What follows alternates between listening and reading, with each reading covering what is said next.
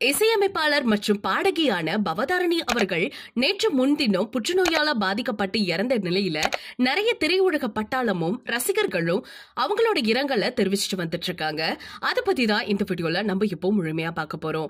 நம்ம எல்லாருக்குமே தெரியும், இளையராஜாவோட மகளான பவதாரணி அவர்கள் ஒரு சூப்பரான பாடகர் அப்படின்னு, ரொம்ப மென்மையான ஒரு பர்சன் அப்படின்னு நிறைய பேர் சொல்லிட்டு இருக்கதையும் நம்ம 2 நாட்களா கேட்டுட்டு தான் இருக்கோம்.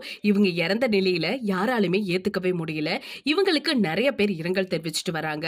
முக்கியமா சொல்லணும் அப்படின்னு கேட்டா, இசையமைப்பாளரான சந்தோஷ் நாராயணன் அவர்கள் அவங்க ஃபேமிலிக்கு ஆறுதல் சொன்னது மட்டும் இல்லாம இவங்களும் இரங்கல் தெரிவிச்சிருக்காங்க. பிரபல பாடகியான சிம்மை அவர்கள் தனக்கு லைஃப்ல கிடைச்ச ஒரு நல்ல ஃப்ரெண்ட், அதாவது ஒரு நல்ல பெண் அப்படின்னு சொன்னா அது பவதாரணி அவர்கள் தான் அப்படின்னு சொல்லி அவங்களோட அஞ்சலியும் செலுத்தியிருந்திருக்காங்க. அது மட்டும் இல்லாம கார்த்திக் ராஜாவுக்கு, யுவன் சங்கர் ராஜாவுக்கு, இளையராஜாவுக்கு எல்லாருக்குமே இவங்க ஆறுதலும் கூறியிருக்காங்க.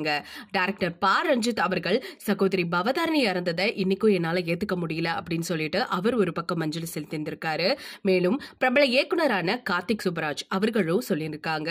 இதெல்லாம் ஒரு பக்கம் இருந்தாலும் தமிழக முதல்வரான மு.க. ஸ்டாலின் அவர்கள், தமிழக பாஜக தலைவரான அண்ணாமலை அவர்கள், இவங்க எல்லாருமே அவங்களோட இரங்கலை சொல்லிக்கிட்டு வந்துட்டு இருக்காங்க. எஸ்டிஆர் 48 படத்துல இப்ப ரொம்பவே தீவிரமா நடிச்சிட்டு வந்துட்டு இருக்காரு.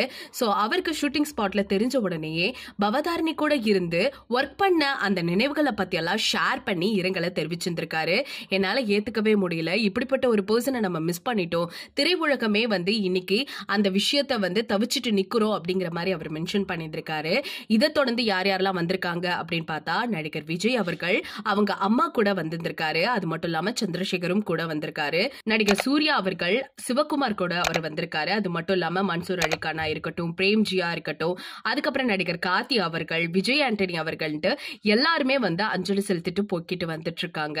சோ அது மட்டும் இல்லாம முந்தானத்தி இறந்த அவங்கள இலங்கையிலேருந்து நேற்று சென்னை டி நகருக்கு கொண்டு வந்திருக்காங்க. டி நகர்ல இளையராஜாவோட சொந்த வீடு இருக்குது அப்படிங்கறதுனால நேற்று 10 மணி வரைக்கும் அந்த இடத்துல வச்சு அஞ்சலி செலுத்திருந்திருக்காங்க.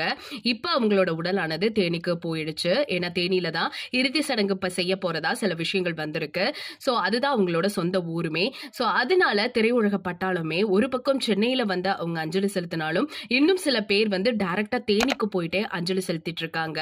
இது ரொம்பவே வருத்தம் தரக்கூடிய ஒரு விஷயமா தான் இருந்துட்டு இருக்கு.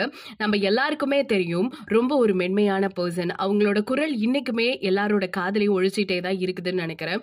எந்த சோசியல் மீடியா ஓபன் பண்ணாலுமே இப்ப அவங்க பாடின பாடல்கள் தான் ரொம்ப வைரலா ஷேர் ஆக்கிட்டு இருக்கு. இப்படி இருக்க நிலையில இப்படிப்பட்ட குரலை இனி கேட்க முடியாதுன்னு நினைக்கும் பொழுது மனசு கொஞ்சம் நெருடலா தான் இருந்துட்டு இருக்கு. நம்மளால முடிஞ்ச அளவுக்கு அவங்களுக்கு ஒரு இரங்கலை தெரிவிச்சுப்போம். அவங்க ஆத்மா நல்லபடியா சாந்தி அடையணும் அப்படின்னு நம்மளும் பிரார்த்தனை பண்ணிப்போம். சோ இந்த செய்தியை பத்தி நீங்க என்ன நினைக்கிறீங்க அப்படிங்கறத மறக்காம நம்ம கமெண்ட் செக்ஷன்ல ஷேர் பண்ணிக்கோங்க.